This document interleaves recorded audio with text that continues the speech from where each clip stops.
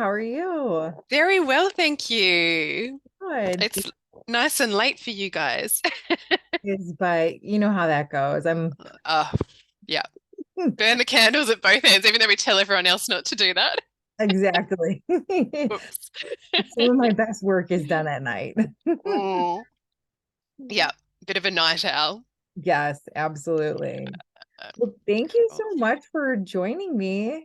Pleasure. I'm so excited to be here. Now, I did actually go, I saw that you did actually send me that form. I apologize. I just totally missed it in my inbox. I think another email must have come in on top of it before I saw it. And yeah, it's school holidays here, so I actually took yesterday off to spend with the kids. So I kind of came in this morning and went, oh my gosh, there's so much to do. No problem. It's pretty standard So, anyway. yeah, so I've just literally started it, but I'll finish it once we have our chat and send it through then. So, is Sounds there good. anything that you did need to know before we get started? Like, Um, did you have any specific questions? Did I send you through the list of questions? you I think did. I did, You yeah. did. Some of the Okay. other ones that I thought I would like to touch on Mm-hmm. also is what are some of the thyroid disorders Mm-hmm. so that you can identify those because I think the community that we're talking to is completely unaware of any type of hair loss situation. So, this is Okay. going out to a bunch of hairdressers, cosmetologists, and stylists. Ah, that's so good to know. That'll totally change how we get to talk about it then. Right. So they're unaware of anything that could be happening, and and we know there's so many reasons.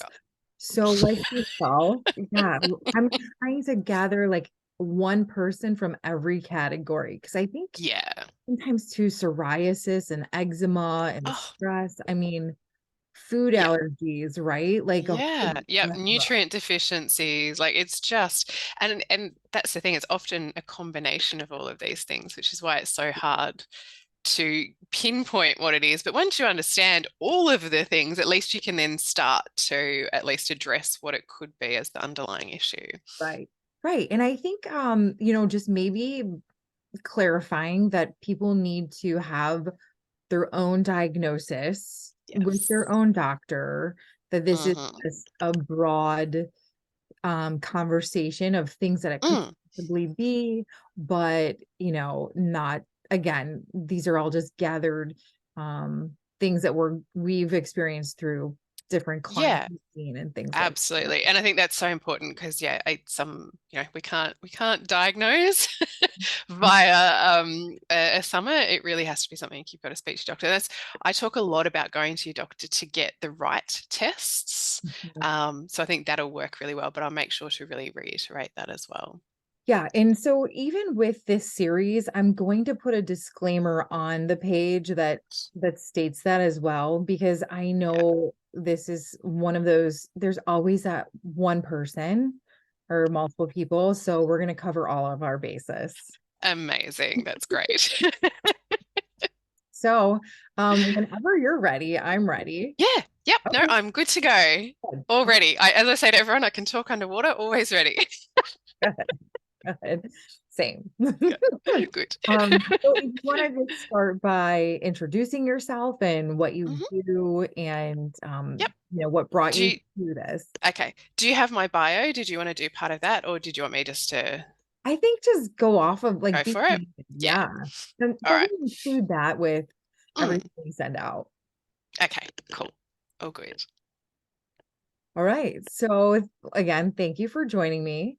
And if you can just introduce yourself and what your passion is and what you specialize in and what you do to help your clients and patients and what you brought you on this journey. Okay, awesome. Well, thank you so much, Renee. Hello, everyone. It's such a pleasure to be here. My name is Sally Baker, and I'm a holistic thyroid naturopath. So, what I do is I support women who have thyroid conditions or they just have a really low metabolism and they're not really sure why. They're feeling so run down, so tired, and getting a range of symptoms. And one of the main symptoms that people do struggle with is hair loss. So that's something that we're really going to focus in on today. But what brought me to this journey is that when I was fairly young, so around about 16 in my teens, I struggled with a virus known as glandular fever. And prior to that, I was a very healthy, very trim, wanting to be a professional dancer teenager. I was very active. I had no trouble with my weight. It was always very stable. And then at 16, I was knocked off my feet with this virus. And from 16 through to about 25, I struggled with my energy. I struggled with constant brain fog. I struggled with a lot of hair loss, huge amounts of weight gain, and pretty much had to give up on my dream of being a professional dancer. But as all these stories have, there was a very big upside to it. It made me start to really go out there and figure out what was going on. And I finally got diagnosed as having a thyroid condition. It's known as Hashimoto's, which is an autoimmune thyroid condition. But once I got the diagnosis and the medication, it actually didn't fix it for me. So I was still getting a lot of the symptoms. My hair was not growing back. I was still gaining a lot of weight. So it sent me on a journey to figure out what else was going on. And that's when I studied to be a naturopath. And I've been pretty much focused on helping women who have been going through those same problems for many years now. And I've actually just written a book about this exact issue as well. So that's just come out this week or the last couple of weeks, and it's called Thyroid Wellness Recharge. Fantastic. We'll have to share that with everybody that's listening later too, and we'll put That would be everything. amazing. Yeah. So, what do you think was the first symptom of, or how did you realize that you were coming down with an issue with your thyroid? Yeah, so look, for years I'd been to and from doctors because I was so fatigued. That was the first thing that I really noticed, and also the weight gain. But I had assumed that that was purely because I was no longer dancing for 8 hours a day. But I'd gone from dancing for 8 hours a day to barely being able to get out of bed. And I know a lot of clients that I speak to don't have it that severely. Oftentimes, they will find that they just don't have the energy that they used to have. That maybe just that getting out of bed in the morning can be quite challenging, or they're falling asleep at 3 o'clock in the afternoons, um, or they're getting home and just crashing, which unfortunately, in this day and age, it's almost seen as normal for women because we're so busy and so focused on doing everything for everyone else that it's almost normal that we don't have the energy left for ourselves, which is crazy. Weight gain was another really big thing that is probably the second most common symptom that people complain about when I speak to my clients. And it's almost like it happens overnight. And then it's, even if they're doing all the right things, the weight just doesn't come off. Or if it does move a little bit, they plateau constantly. It feels like the biggest struggle to actually lose the weight or even maintain where they are, doing and eating exactly what they were eating prior to the symptoms developing. And one of the other most common symptoms that I see is the hair loss. And we're talking, often clogging the drains with the hair that's falling out. And the other very unusual symptom is that you actually start to lose your eyebrows, and in particular, the outer third of your eyebrow, so they can become very thin and very fine there. Fascinating. I'm starting to think maybe I need to see a thyroid doctor. I mean, I'm like checking every box.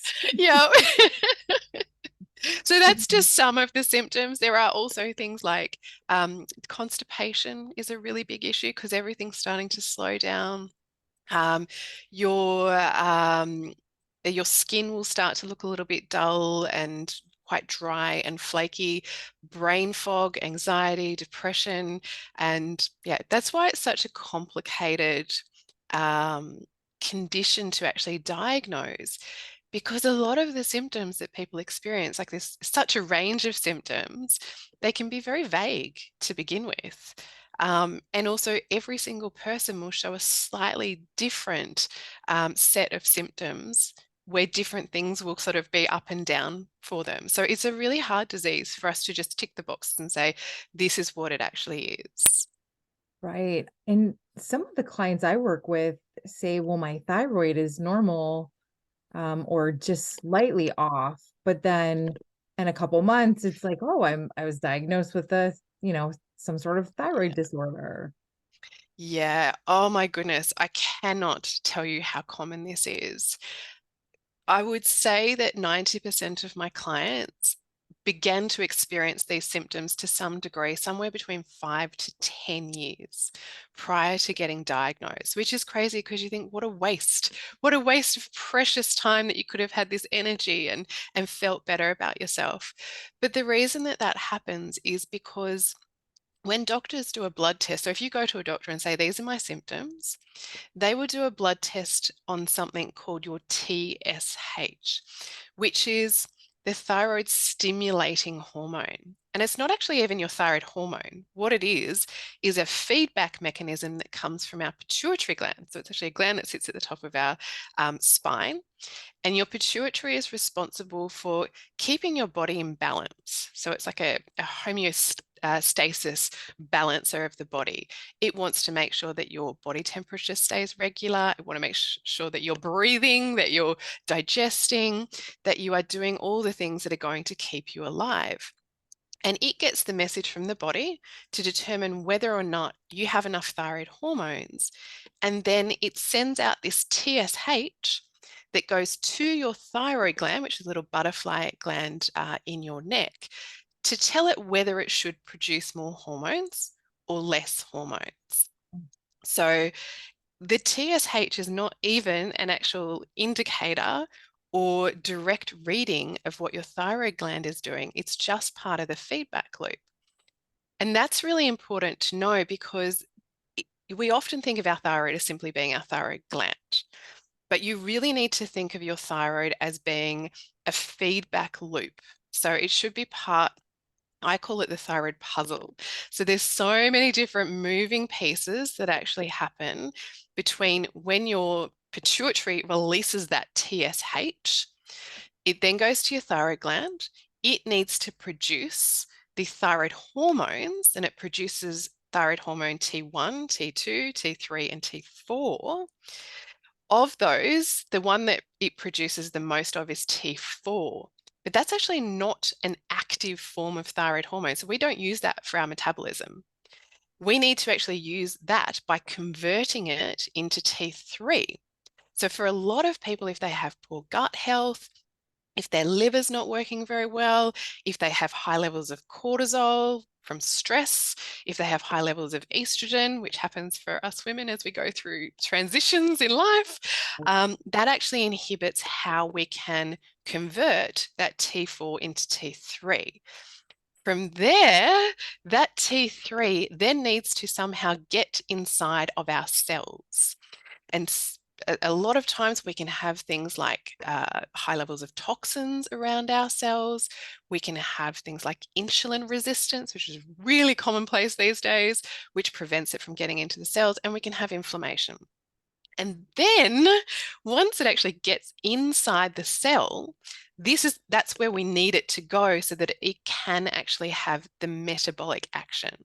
So inside the cells, it plays this key role in breaking down our carbohydrates from our food, in our glucose, in our proteins, and it needs to break them down to produce and create energy. So it's within those cells that we have these little powerhouses in our body called mitochondria. And that's where we need to get this T4 hormone. And that is what produces something called ATP, which is basically the energy that our body uses. And so then we then get that feedback loop up to the pituitary gland, but that's not always a direct indication about whether the hormones are being utilized in and within the cells. It's just an indication of whether we have enough thyroid hormones overall. So it really is that loop. And there's a lot of things that can come in and start to break down how we actually utilize it. So when it comes to blood tests, The TSH is an important number, but it should not be the standalone test that we actually do for thyroid health. You really need to make sure, if you have all the symptoms that we've spoken about, get something called a full thyroid panel. Super important, because it's not always perfect, because we actually can't measure all of those specific feedback loop systems that I spoke about. There's no blood test, unfortunately, to see whether it gets in the cell and gets utilized. But at least if we get that full thyroid panel, it is giving us a much clearer picture of what's going on. The other test that you need to make sure that you are getting is something called a thyroid antibody test. And that is to measure whether or not you have an autoimmune condition around your thyroid. And that is the most common reason why most people have normal blood tests, but still suffer from the symptoms. And what is actually happening with an autoimmune condition, and then the two autoimmune conditions are called Graves' disease, and the more common one is Hashimoto's, is that your body starts to see your thyroid gland as a foreign object, and it basically starts to attack it. So for the first couple of years, this is undetected in a TSH reading because it's got nothing to do with that little feedback loop. It's just simply that your thyroid is actually getting attacked by your own body. And there is it's just something that they don't test for until once they've seen the TSH has actually gone a little bit haywire. But that doesn't happen until there's enough damage to the thyroid gland for it to stop producing the hormones. So really important, get that full thyroid panel, including your thyroid antibodies. Does that full thyroid panel, does it test for every, like the 1, 2, 3, and 4? Okay, great question. So we don't actually test really ever for that 1 and 2. The reason being is that they are in such minute doses, we probably don't have a test that's going to be sensitive enough for them. And interestingly enough, we don't really have a lot of information to show exactly what they do in the body. So there is no clear definition from a medical standpoint as to what they do. But we know that our body generally produces these things for a reason, even if they are in minute doses. We're just not entirely clear on exactly what they do yet. Right. I mean, it sounds like the thyroid really is, I mean, it's such a small gland, but it has plays such a huge role in our body, which is, I had no idea myself, because some people talk about getting their thyroid removed and no big deal. It's like just another piece taken out. So that's really Yeah. fascinating. Yeah, it's so interesting that, yeah, people sort of, and I understand that if you are suffering with a condition, particularly it usually is around Graves' disease or thyroid cancer or nodules, that these are times that, yes, you do have to take that sort of an action, and there is a time and a place for that, absolutely, because it will, those conditions will cause you to feel rotten to the absolute core. And what happens is these are actually hyperthyroid style conditions. So generally, these are almost the opposite style symptoms to what I spoke about. It'll be someone who is highly anxious, totally wired but tired. And like, it breaks my heart even to say this. I've actually had a client. It was a man in his 40s. Who actually told me he would rather die than keep going on with the way that he was going, because it was so severe. So of course, in that instance, get the thyroid taken out. But the medication that people get put on, whether it be that you've had your thyroid removed or whether it be that you are not creating enough thyroid hormone, is a medication that is only the T4 hormone. So it's probably I think it's second most commonly prescribed medication globally, which is just crazy. Like, Wow. insulin is the first, and then I think T4 is the second. So that really shows just how many people struggle with it. And the problem with that, though, is that a lot of people who have thyroid conditions have it because of these other mechanisms that aren't working correctly. So they might feel better for a short period of time, but over the long term, it actually doesn't fix their problem because it's not converting into T3, it's not getting utilized in the cells, so they're still struggling with the same symptoms, only they've got more T4 in their system, which actually makes them feel quite wired at the same time. Huh. So without changing anything and, Mm. can your thyroid actually correct itself, or does it need other help, or can it ever repair itself? It's, I never talk about sort of curing the thyroid because, to be honest, it will depend case by case.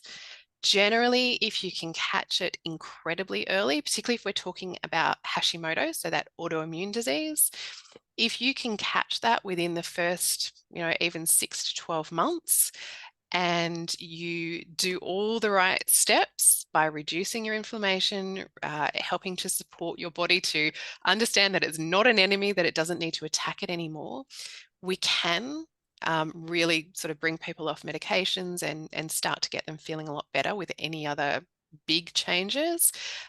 With that, we definitely look at things like diet, nutritional supplements and herbs, and also reducing stress because that's a massive one. Yeah. Um, but if someone has had it for years and years and years, then they may still need to be taking thyroid hormones, and it's not the end of the world because it's probably one of the most or one of the closest to its natural form kind of drugs that is out there. And I always put quality of life over everything else. So I Yeah, think that is the most important thing. I agree. Have you heard of MCT oil? Yeah, so that's a form of oil that's extracted, I want for a better word, of coconut oil.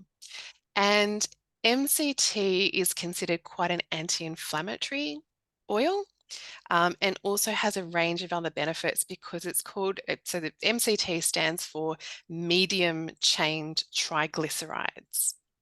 So fats all come in different chained formats, and what makes some fats very bad for us versus some fats much better for us is how long their chains are.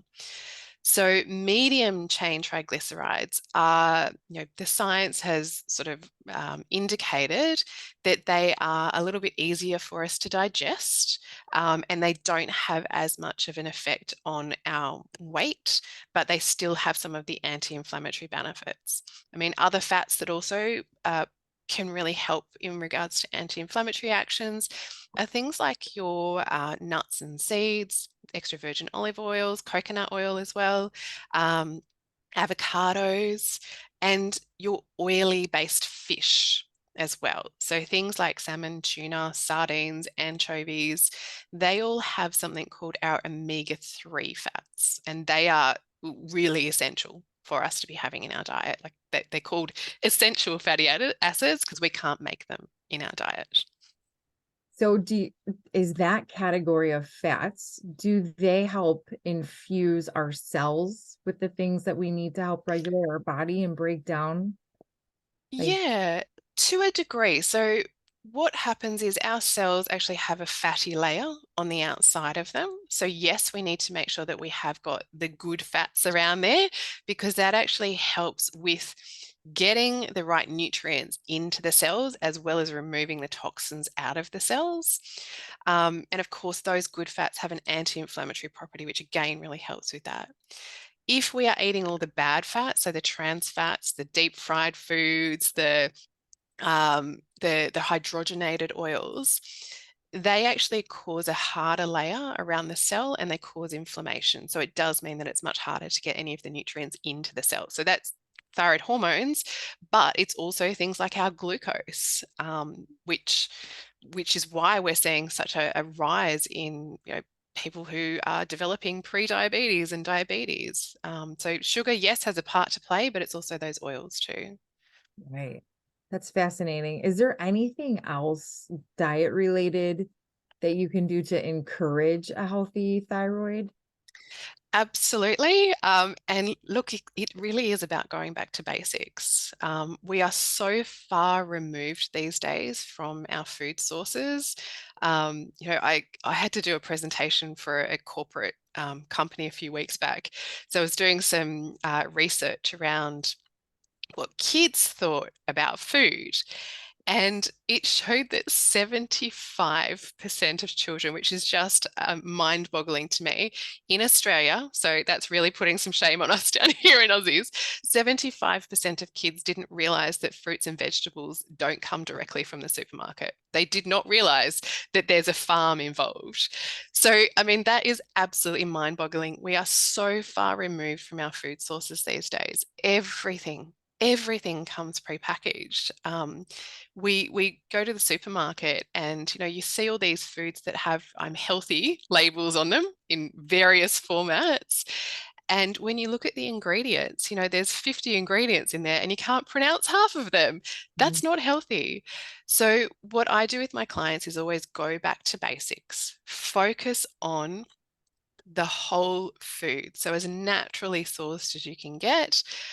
My favorite way just to talk about food is to take a plate, fill it with 50% of your non-starchy vegetables and go absolutely nuts with them. Try as many different varieties you can over the week, herbs and spices, adding in those oils that we've spoken about too. Then you want a quarter of your plate to be protein. Protein is so, so important for your thyroid health, but just for your health in general. And your hair. Your hair needs protein to be able to grow too. So that's really important. And the other quarter you want to have of what I call your natural sources of carbohydrates, because carbs aren't bad for you. It's just that we've demonized them because most people consume carbs that are highly processed. So you white breads, white flours, cakes, biscuits, ice creams. They're the ones you want to stay away from. But include carbs in your diet. They're really good for your digestive system. They add in fiber, keep everything moving, which is an important part of converting that T4 to T3 and keeping you feeling healthier. And they give you energy. Yeah. What do you think about water intake? And so I know over here they say drink at least half your ounces in body weight worth of water. Mhm. But I also have a lot of clients that I see that are drinking iced teas or coffee, thinking that that's a liquid. But as Yeah. I know, it's a diuretic. Yeah. So that I think needs a little clarification. Absolutely. Look, so all liquids are not made equal, that's for sure. Yes, we do want to be incorporating mostly water in our diet as our hydration. And hydration is just super important for so many things. We go back to digestion again. It's super important there. It's super important for flushing toxins out of the body. It's also important for our skin and our hair and our nails. So important. As you mentioned, tea, coffee, those energy drinks, a lot of caffeinated things that we tend to overconsume are diuretics. And what that means for our body is that it actually it starts basically trying to process out more fluids very quickly. So they actually make us go to the toilet more often. Um, but as they're doing that, what they do is actually take nutrients with them. So it's not just as simple as saying, oh, it's just flushing water out. It's not. It's actually the nutrients that go along with it that is the problem. So our electrolyte balance, which is things like magnesium, sodium, potassium, calcium, they all get sort of imbalanced by it. But the other really important things, and moving back to hair as well, is that they start to remove our water soluble vitamins. And this includes our B vitamins. And we know that B vitamins, oh my gosh, biotin, that's one of the B vitamins, that's so important for our hair health and more that phase of growth of our hair as well. So if we're having a lot of diuretics, it's actually removing these B vitamins out of our system super quickly. And B vitamins, along with vitamin C, are what are called water soluble vitamins. So these need to be replenished every single day for us to be optimal at functioning at an optimal level and having great hair and skin and all those things that come as part of it. So really important. Yes, you want to be focusing mostly on water. Does that mean you can't have tea and coffee? No. I would die without my morning coffee. But moderation is 100% key. And you want to make sure that, if you are having a tea or coffee, that you're replenishing yourself with A, more water, but also B, those other nutrients as well. So, and in your side of the world, how much water do Mm. you suggest? Look, we say, and I'm not sure how it converts to gallons, so I'm not sure if you're good with this, but we generally say between 2 and 3 liters per day. So for us, like I've got my cup of water here. It's quite a large, cup. It's more than just a cup's worth. But that is probably something we'd aim for at least 8 of those per day. Okay. So that's pretty, I mean, that's pretty in line with how we are as well, which I Yeah. think. And it will change just depending on things like how active you are. So obviously, if you're doing some quite intense exercise, you're going to need more. If it's a really hot day, you'll have a higher requirement than if it's really cold day. You actually won't need as much. So you do. It does vary. It's not something that you have to be very set on all the time, but aim for it being the main source of your hydration. Do you think that there's anything that, while people are experiencing a thyroid imbalance, or is there anything that we can do to help retain or at least keep the hair that we have so it doesn't Mm. continue to thin? Yeah. So when we have a thyroid condition, as I said, one of the main symptoms is that we tend to lose our hair. And there's a couple of reasons for this. So, number one, as I mentioned, our energy production goes down. And so what our body does is it's quite a unique system is it goes, okay, so energy production's down. What we're going to do is we're going to shunt the blood flow a little bit, which means that we're not getting, one of the other main symptoms is cold hands and feet. And it's because the blood flow slows down, like everything just slows down because we don't have the same amount of energy. And brain fog is another one because we're not getting the nutrients to our brain. What it focuses on is our heart and our breathing because that's what we have to have that to survive. So it slows everything down that is non-essential. So unfortunately, our hair, as much as we love it to be essential, is considered non-essential. So there's not enough blood flow and nutrients going to our scalp to actually grow that healthy hair. And rather than, I think the average amount of hair that most people lose in a day is between 50 and 100 strands. I think it's somewhere around that. Um, and what happens is your hair is no longer, top of the priority, so it can just start to fall out because it doesn't need to hold on to it, and it doesn't need to regrow new hair, and that is because there's no nutrients there. So definitely looking at increasing nutrients is going to be one of the key factors. Diet and nutrition is going to be the key pillar that you really need to work on first because that's going to be providing you more nutrients. But certainly speak to a healthcare practitioner as well and see what other nutrients you can look at taking. So definitely B vitamins are up there because we know they get removed from the body quite quickly. Um, the other one, which I see some great results with, and again, must be done after having a blood test, is iron. Mm. So it's really common for people to have low iron and a low thyroid function. So you're getting the double whammy of just feeling utterly rotten all the time. But both of those actually affect your hair growth too. So get that tested at the same time you're getting a thyroid done to see whether that's actually exacerbating the symptoms too. It's yeah, we had another expert as well say the same exact thing with the Yeah. iron, the deficiencies. Is there maybe a hair mask or a holistic approach to conditioning the scalp from the outside. And we touched from the inside. Is there anything on the outside that we can do, like staying out of the sun or? Yeah, look, anything that's going to be nourishing for your hair is going to be really great. So, lots of oils can really help. Rosemary is one of the herbs that really helps to stimulate hair growth as well. So, using some oil with some rosemary essential oils and giving yourself a head massage is definitely something that I would recommend. Um, in regards to getting out in the sun, in fact, getting in the sun is actually really good for us. Vitamin D. We are all so deficient in vitamin D these days because we just spend most of our time indoors. So, obviously, protecting your face and your hair when you go out, so a good hat or a cap, but really make sure that you are getting outside during the day. The other great thing that getting in the sun can actually do for you is it helps to reduce your stress hormone. So your stress hormone cortisol, um, I find, and again, this is something that I can test for with my clients. I find so many people have high cortisol, and not surprisingly, we all live in a very highly stressed state these days. And that's another trigger for hair loss, but also another trigger for your thyroid to become worse too.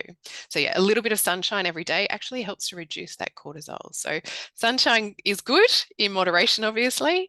But yeah, in regards to a mask, I would definitely be looking at some oils, so your almond oils or whatever base you'd like to use there, along with some rosemary essential oils. It's interesting that you touched on the rosemary because I just read something the other day that said if you can get a fresh bag of Italian herbs, rosemary and basil and things like that, they said get it because just seasoning your food with it is anti-inflammatory and Hmm. just Good for your brain health too. Apparently, it used to be used, traditionally was used to help people remember things. uh, So we all need help with that these days, right? right. Which is so funny. It's all going back to what you're saying is back to the basics of Yeah, taking care of your body, more naturally, less processed, which 100%. Yeah. makes sense. And another thing that you had mentioned was your hormones. I'm assuming that that all comes into play as well with your hormones. Absolutely, absolutely. So, um, women are actually 80% more likely to be diagnosed with a thyroid condition. And the times that women get diagnosed with a thyroid condition are number one, because of a stressful event, number two, because of a virus, and number three, at a transitional time in their hormonal life.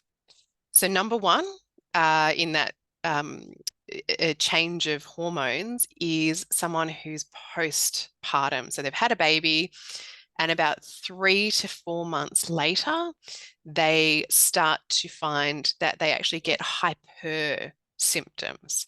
So they start to feel very anxious. They can't sleep even when the bub's asleep, even though they're utterly exhausted. They start to get these dark sort of thoughts as well, like, oh my gosh, what's going to happen to the baby? That's a really common thing. And their hair loss will be extreme.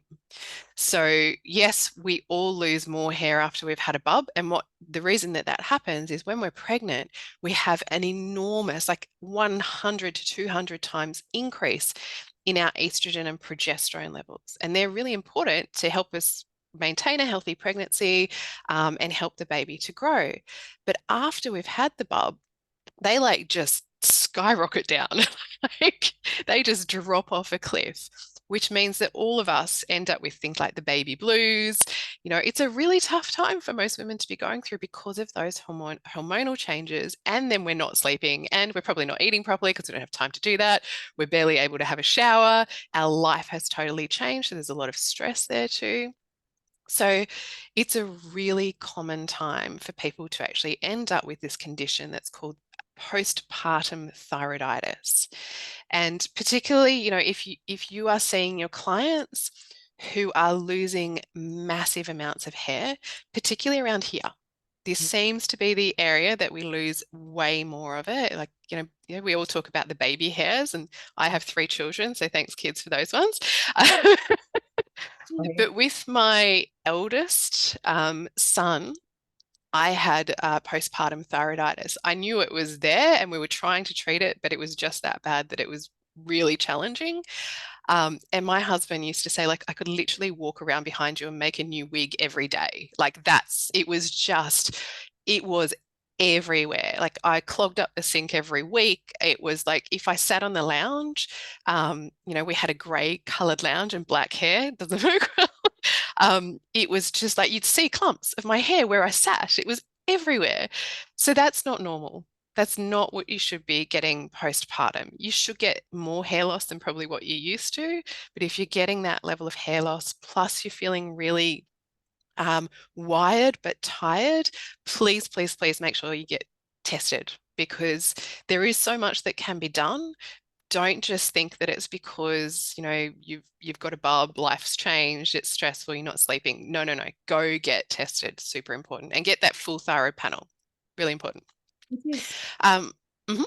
which is so interesting as to why they don't just incorporate that anyway, right? Like, because some Oh, people don't even know how to recognize it or ask for help.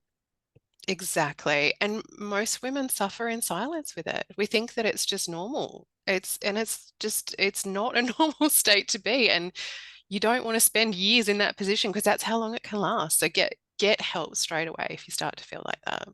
So, in your personal experience with your background, what did you do to be proactive with trying to reverse it or get a hold of it? Yeah, so it really is about pulling all of the pieces together. And certainly for me, it was a combination of pretty much everything that I work with my clients. For some people, it might be one piece of the puzzle that we need to shift. For others, it is everything. So hormones, that's a really big one. You need to balance those hormones. And particularly if you're going through perimenopause, that is the time that is super important. And for me particularly, and even though I was quite young, I actually had fairly high estrogen levels. So high estrogen, but I had very, very low progesterone.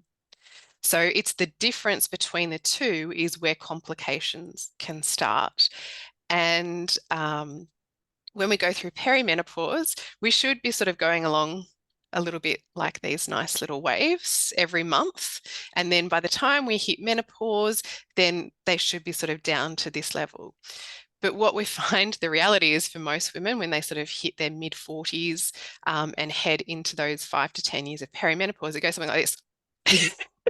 It's the best way I can explain it, right? It's like a wild as roller coaster ride. Totally. And so we constantly, like, some months will be fine, and then other months will have this huge difference between estrogen and progesterone. And our hormones are complicated as it is. You add that on top of it, it is really challenging. But that is one of the key areas that I worked on for myself. And it is one of the key areas that I find for most of my clients can actually bring balance, particularly if you do get diagnosed around the time of perimenopause or in menopause. And most people actually get diagnosed in menopause because they think that all the symptoms in perimenopause are just perimenopause and that's normal. Again, get tested. It's not normal to feel crap all the time, guys. That's what I say to my clients. Another piece of the puzzle is stress. So we've spoken a little bit about that before, but that increase in cortisol really, really affects how our body can use our thyroid hormones and how it can break it down. Um, Again, it's just adding another layer of not feeling great on top of that too. I also look at nutritional deficiencies. So we spoke a little bit about things like our B vitamins can be low. Iron is another massive one. That was definitely the case for me. Again, you need to get tested before you start having iron supplements though, because too much iron is actually just as bad for us as not having enough. And in some cases, if you're very low, an infusion can be really beneficial there. The other vitamins that we know can be quite low are A, E, and D. So they're our fat soluble vitamins. And we need to make sure that we are actually having good fats at the same time as those vitamins so that they get absorbed properly. If we're living on more of those processed foods and the not so good fats, it actually makes it harder for our body to absorb those nutrients. And we know that they're super important for our hair as well as for our thyroid function. And the other one that I really focus in on is zinc as well. So zinc is really important for growth and formation in the body, and it's also really important for our immune system. So when we talk about things like our skin, so the renewal of our skin and our nails growing nice and strong and our hair, zinc is definitely one of the key ones in there as well. What else is there? There's definitely, obviously, nutrition. That's the number one pillar that I always start with, and removing the not so great stuff as well. But really focusing on those good things that we spoke about in And regards to diet.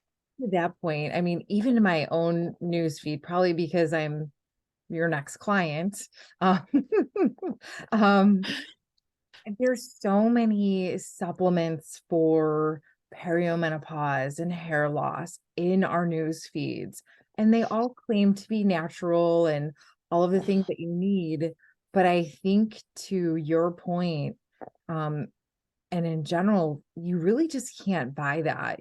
Getting tested is the key to really figuring out what it is, because I know that when you take something or too much of something that you shouldn't have, you can really be causing a lot more damage than good. Oh my goodness, so, so true. And I really, I'm a, you know, having worked in this health industry as a naturopath for many years and having worked behind the scenes in multiple vitamin companies as well, I have seen the damage that can be done by taking natural supplements. People think that because they're natural, they're going to be, they can't have any harmful side effects. But please know that taking excessive amounts or taking the ones that are not right for you can 100% cause complications, because we're all unique. So there's no one supplement that's going to work for everyone.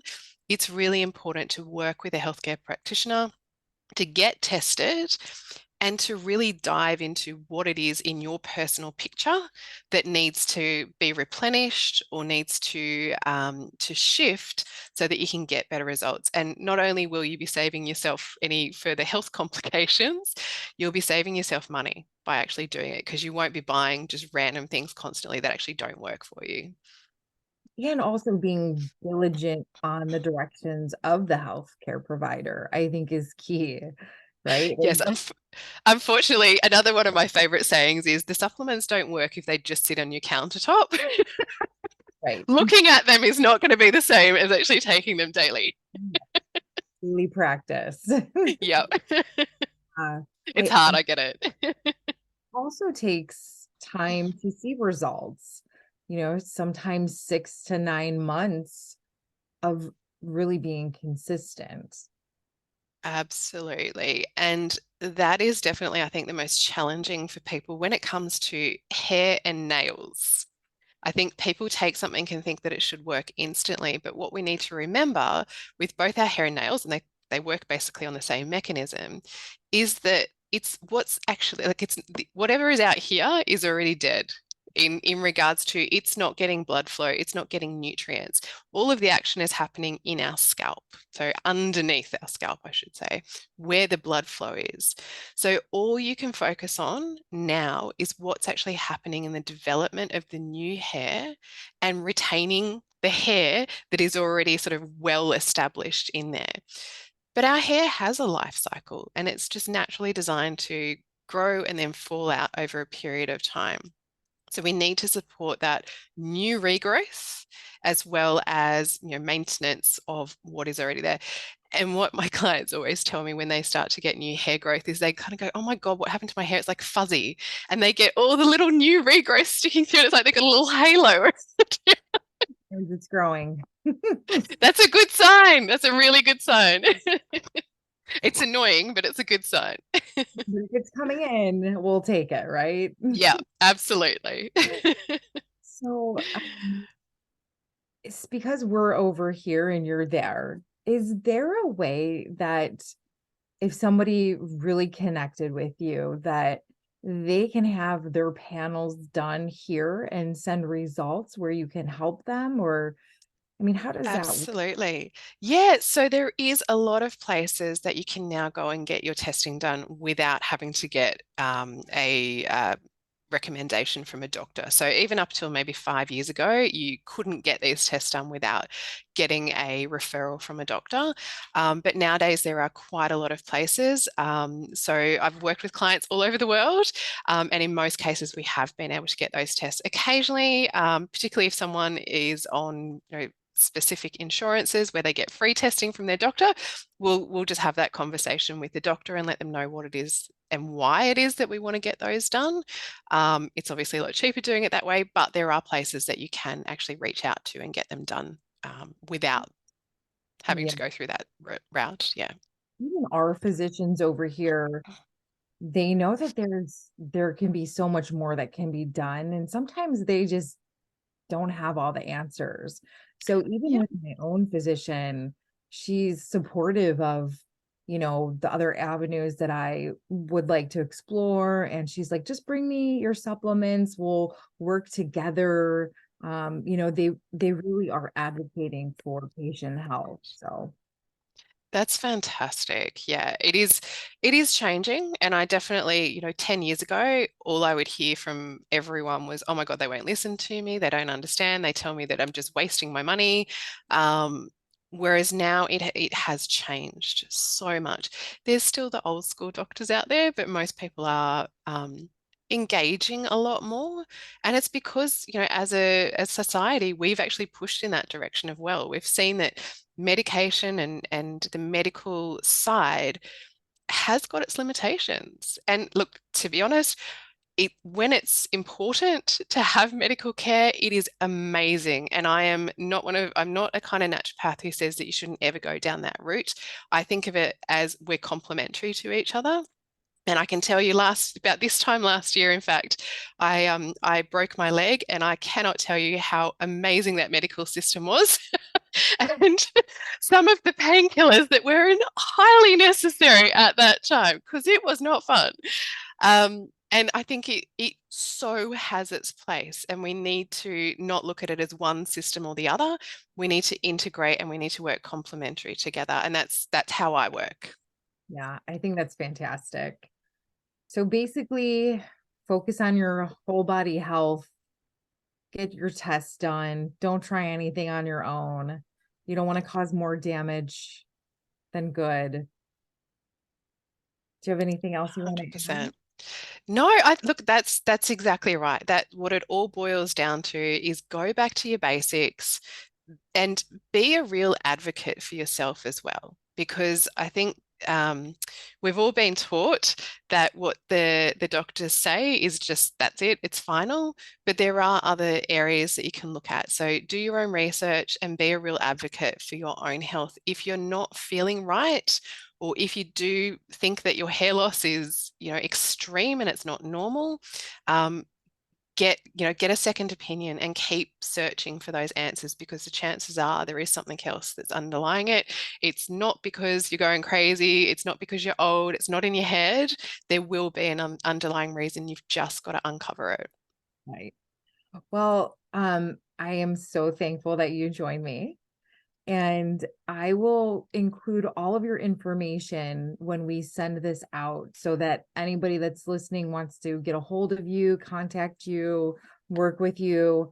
We'll put your book in there as well. I'm sure that has a Okay. ton of knowledge in there. And we'll be in touch. Amazing. Thank you so much. Thank you, everyone.